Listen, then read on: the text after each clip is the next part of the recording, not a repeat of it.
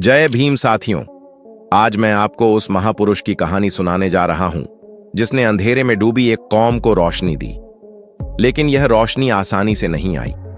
इसके पीछे था अनगिनत संघर्ष, अनगिनत अपमान और इंसानियत को जगाने वाली आग। सवाल है कि डॉक्टर भीमराव आम्बेडकर का सबसे बड़ा विरोधी कौन था? यह जानने के लिए हमें उनकी जिंदगी की शुरुआत से चलना होगा। साल 1891 को 14 अप्रैल को महू छावनी मध्य प्रदेश एक साधारण परिवार में एक बच्चे का जन्म हुआ। नाम रखा गया भीमराव। पिता रामजी सकपाल ब्रिटिश सेना में सूबेदार थे। वे अनुशासित और ईमानदार थे, लेकिन जैसे ही सेना की वर्दी उतरती है, समाज उन्हें अछूत कहकर अलग कर देता। यही था वह भारत जहां इंसान की पहचान उसकी मेहनत से नहीं बल्कि उसकी जाति से होती थी। छोटे भीमराव की मां का निधन जल्दी हो गया। मां का साया सिर से उठना अपने आप में बड़ा दुख था, लेकिन उस दर्द से भी बड़ा था समाज का व्यवहार। जब भीमराव स्कूल गए, वहां की स्थिति दिल दहला देने वाली थी। बाकी बच्चे बेंच पर बैठते, लेकिन उन्हें जमीन पर बैठना पड़ता। अगर उन्हें प्यास लगती तो पानी खुद नहीं पी सकते थे। कोई ऊंची जाति का बच्चा आए और ऊपर से पानी डाले तभी प्यास बुझ सकती थी। कई बार पूरा दिन बिना पानी ही गुजर जाता। यह केवल पानी की प्यास नहीं थी, यह इंसानियत की प्यास थी। सोचिए, एक बच्चा अपने साथियों को हंसते खेलते खाते पीते देखता हो और खुद अपमान सहता। लेकिन इसी अपमान ने उसके भीतर आग भर दी। उसने तय कर लिया कि शिक्षा ही उसकी ढाल होगी, शिक्षा ही उसका हथियार होगी। रामजी सकपाल ने बेटे को पढ़ाने का सपना देखा। एल्फिंस्टन हाई स्कूल में दाखिला मिला। यहां भी भेदभाव जारी रहा। क्लास में जगह नहीं, अलग गिलास, अलग व्यवहार। लेकिन भीमराव पढ़ाई में इतने तेज थे कि शिक्षकों को भी मानना पड़ा। मैट्रिक पास करने वाले वे अपने समाज के पहले विद्यार्थी बने। यह घटना किसी साधारण परीक्षा की सफलता नहीं थी, यह सदियों के अंधेरे में पहली रोशनी थी। पढ़ाई के दौरान भी मुश्किलें कम नहीं हुई। कभी फीस भरने के पैसे नहीं, कभी किताबें खरीदने की ताकत नहीं, लेकिन हर बार उन्होंने रास्ता ढूंढा। कई बार भूखे रहकर भी पढ़ाई की, और जब वे कॉलेज पहुंचे तो यह समाज के लिए चौंकाने वाली घटना थी। एक अछूत का कॉलेज जाना ऊंची जातियों को नागवार गुजरा। लेकिन भीमराव ने रुकना नहीं सीखा। अब किस्मत ने उन्हें एक ऐसा अवसर दिया जिसने उनकी जिंदगी बदल दी। बड़ौदा के गायकवाड़ शासक ने विदेश में पढ़ाई के लिए छात्रवृत्ति दी। यह अवसर भीमराव को मिला और वे अमेरिका की कोलंबिया यूनिवर्सिटी पहुंचे। अमेरिका पहुंचकर भीमराव ने पहली बार एक अलग दुनिया देखी। यहां कोई उन्हें अछूत नहीं कहता था, कोई उनके साथ बैठने से मना नहीं करता था, कोई अलग गिलास नहीं देता था। वहां इंसान को इंसान माना जाता था। यह अनुभव उनके जीवन का सबसे बड़ा सबक था। उन्होंने समझा कि समस्या इंसान की नहीं, सोच की है। अगर समाज चाहे तो बराबरी संभव है। कोलंबिया में उन्होंने पीएचडी की। उनका शोध भारत की अर्थव्यवस्था और जातिवाद की जड़ों पर था। वे दुनिया के विद्वानों के बीच सम्मानित हुए। इसके बाद वे लंदन गए। वहां उन्होंने लंदन स्कूल ऑफ इकोनॉमिक्स से और गहराई से पढ़ाई की और बार 8 लॉ की उपाधि ली। अब वे डॉक्टर भीमराव आम्बेडकर बन चुके थे। दुनिया उन्हें विद्वान मानती थी, लेकिन जैसे ही वे भारत लौटे, वही पुराना अपमान उनका इंतजार कर रहा था। नौकरी मिली, लेकिन दफ्तर में उनके लिए अलग कुर्सी रखी गई। सहकर्मी उनके साथ बैठकर खाना नहीं खाते थे। आप सोचिए, इतना बड़ा विद्वान जो पूरी दुनिया में सम्मान पा चुका था, अपने ही देश में इंसान तक नहीं माना गया। यही उनका असली विरोधी था, यह समाज, यह जातिवादी व्यवस्था। लेकिन डॉक्टर आम्बेडकर अब चुप रहने वाले नहीं थे। उन्होंने ठान लिया कि अब लड़ाई केवल अपनी नहीं होगी, पूरे समाज की होगी। उन्होंने बहिष्कृत हितकारिणी सभा बनाई। उन्होंने अखबार निकाले, लेख लिखे, भाषण दी। उन्होंने समाज को जगाया। 1927 का साल आया। महाराष्ट्र के रायगढ़ जिले का महाड कस्बा। वहां एक तालाब था, चवदार तालाब। सरकारी रिकॉर्ड में वह सार्वजनिक तालाब था, लेकिन दलितों को वहां पानी पीने का अधिकार नहीं था। डॉक्टर आम्बेडकर ने कहा, पानी सबका है, हम भी इंसान हैं, हमें भी अधिकार है। उन्होंने हजारों लोगों को संगठित किया। महाड सत्याग्रह शुरू हुआ। डॉक्टर आम्बेडकर और हजारों अनुयायी तालाब पर पहुंचे। उन्होंने पानी पिया। यह केवल पानी पीना नहीं था, यह बराबरी की घोषणा थी, यह विद्रोह था। लेकिन विरोधियों ने क्या किया? तालाब को गंगा जल से धो डाला, कहा कि अछूतों ने पानी छू लिया, अब यह अपवित्र हो गया। सोचिए, इंसान को इंसान ना मानने की यह कैसी सोच थी? यही सोच डॉक्टर आम्बेडकर का सबसे बड़ा विरोधी थी। महाड सत्याग्रह ने पूरे देश को हिला दिया। पहली बार दलितों ने खुलेआम कहा, हम बराबर हैं, हमें भी अधिकार है। इस आंदोलन ने बहुजन समाज में आत्मविश्वास भर दिया। लेकिन साथ ही यह साफ हो गया कि डॉक्टर आम्बेडकर का असली दुश्मन कौन है। उनका दुश्मन कोई एक इंसान नहीं, कोई एक नेता नहीं। उनका असली विरोधी वह जातिवादी सोच थी जिसने इंसान को नीचा और ऊंचा बना दिया था। महाड सत्याग्रह के बाद डॉक्टर भीमराव आम्बेडकर का नाम पूरे देश में गूंजने लगा। अब बहुजन समाज उन्हें अपना नेता मानने लगा था। लेकिन उनके सामने चुनौतियां भी बढ़ने लगीं। विरोध और गहरा हो गया। ऊंची जातियों को लगने लगा कि यह व्यक्ति केवल पानी की लड़ाई तक नहीं रुकेगा, यह पूरी व्यवस्था हिला देगा। और सच यही था। साल 1930 आया। अंग्रेज सरकार ने गोलमेज सम्मेलन बुलाया। इसका उद्देश्य था भारत के भविष्य पर चर्चा करना और अलग अलग वर्गों को प्रतिनिधित्व देना। डॉक्टर आम्बेडकर वहां दलितों की ओर से पहुंचे। उन्होंने पहली बार दुनिया के सामने कहा, हम हिंदू समाज का हिस्सा नहीं हैं क्योंकि हिंदू समाज ने हमें इंसान नहीं माना। हमें बराबरी चाहिए और इसके लिए राजनीतिक अधिकार चाहिए। उन्होंने मांग रखी कि दलितों के लिए अलग निर्वाचिका होनी चाहिए, यानी कि दलित अपने नेता खुद चुने। यह मांग सीधी थी, साफ थी और न्यायपूर्ण थी, क्योंकि अगर दलितों को दूसरों की दया पर छोड़ दिया जाता तो उनकी आवाज कभी संसद तक नहीं पहुंच पाती। लेकिन इस मांग ने पूरे देश में तूफान खड़ा कर दिया। गांधी जी ने इसका विरोध किया। उन्होंने कहा कि अलग निर्वाचिका से हिंदू समाज बंट जाएगा। डॉक्टर आम्बेडकर ने जवाब दिया, आपके लिए हिंदू समाज एक धर्म है, लेकिन हमारे लिए यह एक जेल है। जब अंग्रेजों ने अलग निर्वाचिका की मांग मान ली, तब गांधी जी ने आमरण अनशन शुरू कर दिया।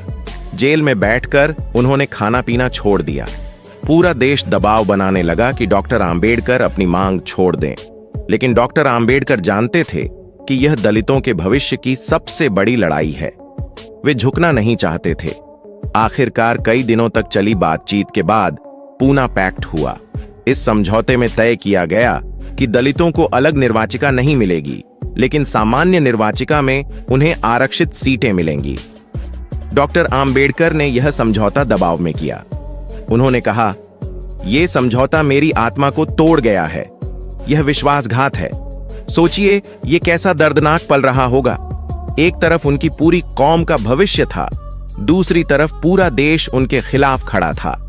यही दिखाता है कि उनका असली विरोधी कोई एक व्यक्ति नहीं, बल्कि पूरा जातिवादी सिस्टम था। पूना पैक्ट के बाद डॉक्टर अंबेडकर ने समझ लिया कि राजनीतिक अधिकार के बिना मुक्ति संभव नहीं है। उन्होंने स्वतंत्र लेबर पार्टी बनाई।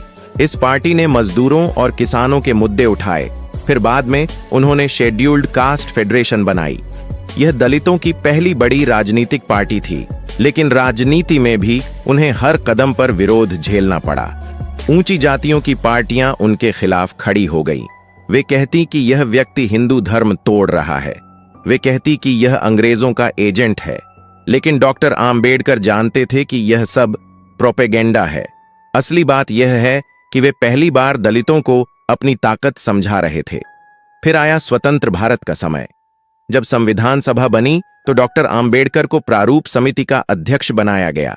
यह बहुजन समाज के लिए गर्व का पल था, लेकिन यहां भी विरोध खत्म नहीं हुआ। कई नेता खुलेआम कहते थे कि एक अछूत संविधान कैसे लिख सकता है। डॉक्टर आम्बेडकर ने तमाम विरोधों के बावजूद काम किया। उन्होंने संविधान में सबको बराबरी, स्वतंत्रता और भाईचारे का अधिकार दिया। उन्होंने अनुसूचित जाति और जनजातियों के लिए आरक्षण सुनिश्चित किया। उन्होंने कहा कि यह केवल आरक्षण नहीं है, यह बराबरी का साधन है। लेकिन संविधान सभा में भी उन्हें बार बार टोका गया। जब उन्होंने महिलाओं को समान अधिकार देने की बात की तो कई नेताओं ने विरोध किया। जब उन्होंने आरक्षण की बात की तो कहा गया कि इससे समाज टूट जाएगा। लेकिन उन्होंने डटकर कहा, समानता के बिना लोकतंत्र केवल एक धोखा है। इस पूरी प्रक्रिया में उन्होंने अनगिनत अपमान सहा, लेकिन उनकी कलम रुकती नहीं थी। उन्होंने कहा कि लोकतंत्र केवल कागज पर नहीं होना चाहिए बल्कि जमीन पर होना चाहिए। संविधान बन गया, लेकिन डॉक्टर आम्बेडकर जानते थे कि संविधान कितना भी अच्छा क्यों ना हो, अगर समाज की सोच नहीं बदलेगी तो कुछ नहीं बदलेगा।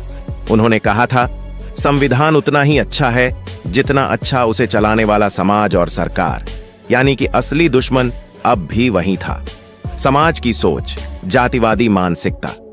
संविधान बनने के बाद भी डॉक्टर भीमराव आम्बेडकर संतुष्ट नहीं थे।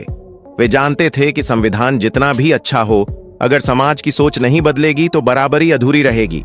उन्होंने कहा था, हमने संविधान में बराबरी का अधिकार दिया है, लेकिन अगर समाज बराबरी स्वीकार नहीं करेगा तो यह लोकतंत्र खोखला होगा।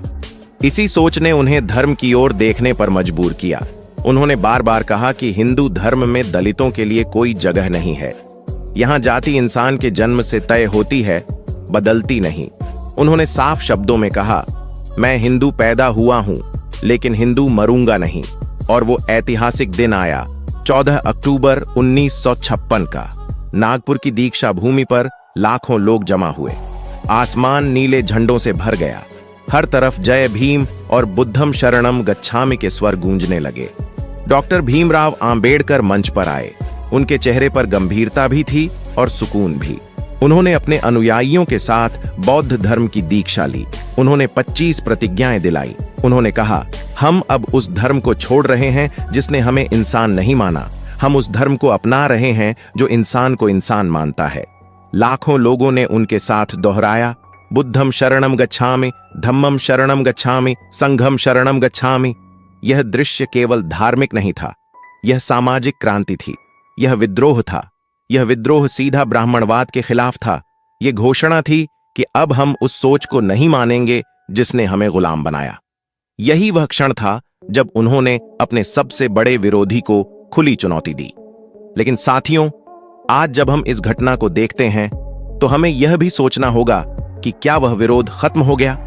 सच तो यह है कि वह विरोध आज भी जिंदा है। पहले यह कुओं और मंदिरों में दिखता था, अब यह नौकरियों और विश्वविद्यालयों में दिखता है। पहले यह खुलेआम था, अब यह व्यवस्था में छिपा हुआ है। डॉक्टर भीमराव आम्बेडकर का सबसे बड़ा विरोधी कोई इंसान नहीं था, उनका विरोधी थी वह सोच जो इंसानियत को बांटती है। वही सोच आज भी अलग अलग रूपों में हमारे सामने खड़ी है।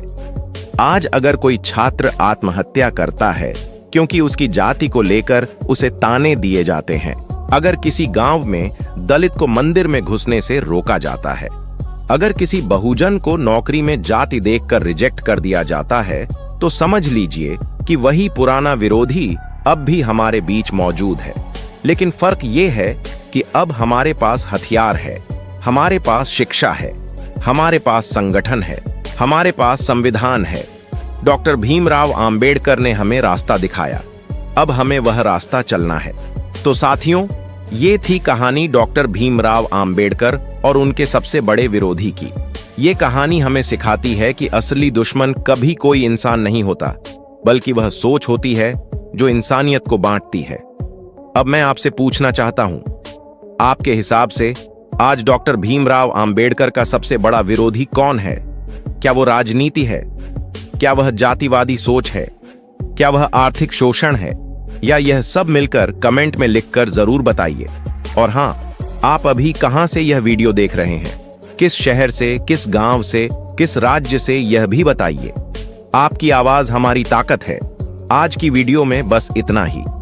यदि आपको हमारे द्वारा बनाया गया यह वीडियो पसंद आया हो और आप चाहते हैं कि हम बाबा साहब के इस मिशन को आगे बढ़ाएं, बाबा साहब पर बनाया गया हमारा ये वीडियो कैसा लगा, आप हमें कमेंट करके जरूर बताएं। दोस्तों, आज की वीडियो में बस इतना ही। इस चैनल पर मैं सिर्फ बाबा साहब के जीवन से जुड़ी छोटी बड़ी सभी जानकारी लेकर आता रहता हूं। यदि आप बाबा साहब को पसंद करते हो और इनके बारे में और अधिक जानना चाहते हो, वीडियो को पूरा देखने के लिए धन्यवाद। उम्मीद करता हूं आपके विचार भी बाबा साहब की तरह अच्छे होंगे।